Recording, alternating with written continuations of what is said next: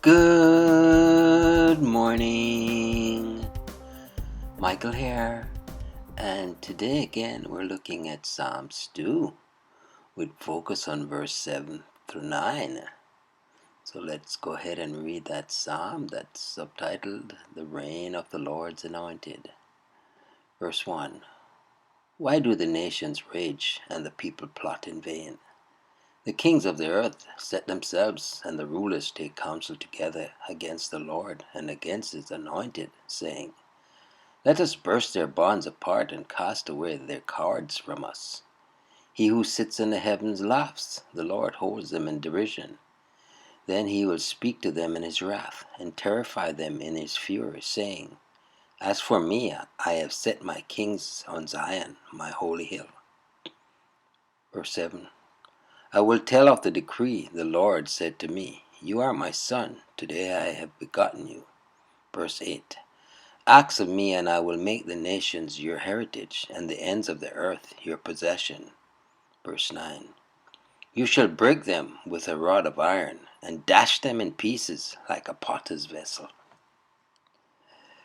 Yes, so now we look at the exposition, verse 7, from the Treasury of David, as written by Charles Spurgeon.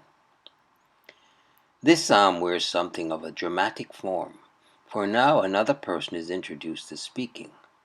We have looked into the council chamber of the wicked, and to the throne of God, and now we behold the Anointed, declaring his right of sovereignty and warning the traitors of their doom. God has laughed at the counsel and ravings of the wicked, and now Christ the Anointed himself comes forward as the risen Redeemer, declared to be the Son of God with power according to the Spirit of holiness, by the resurrection from the dead. Romans 1:4. Looking into the angry faces of the rebellious kings, the Anointed One seems to say, If this sufficient not to make you silent, I will declare the decree. Now this decree is directly in conflict with the device of man, for its tenor is the establishment of the very dominion against which the nations are ravens. Thou art my son. Here is a noble proof of the glorious divinity of our Emmanuel. For unto which of the angels said he at any time, Thou art my son, this day have I begotten thee? What a mercy to have a divine Redeemer in whom to rest our confidence. This day have I begotten thee. If this refers to the Godhead of our Lord, let us not attempt to fathom it, for it is a great truth, a truth reverently to be received, but not irreverently to be scanned. It may be added that if this relates to the begotten one in his human nature, we must here also rejoice in the mystery, but not attempt to violate its sanctity by intrusive prying into the secrets of the eternal God. The things which are revealed are not enough without venturing into vain speculation. In attempting to divine the Trinity or unveil the essence of divinity, many men have lost themselves. Here great ships have foundered. What have we to do in such a sea with our frail skiffs? Verse 8.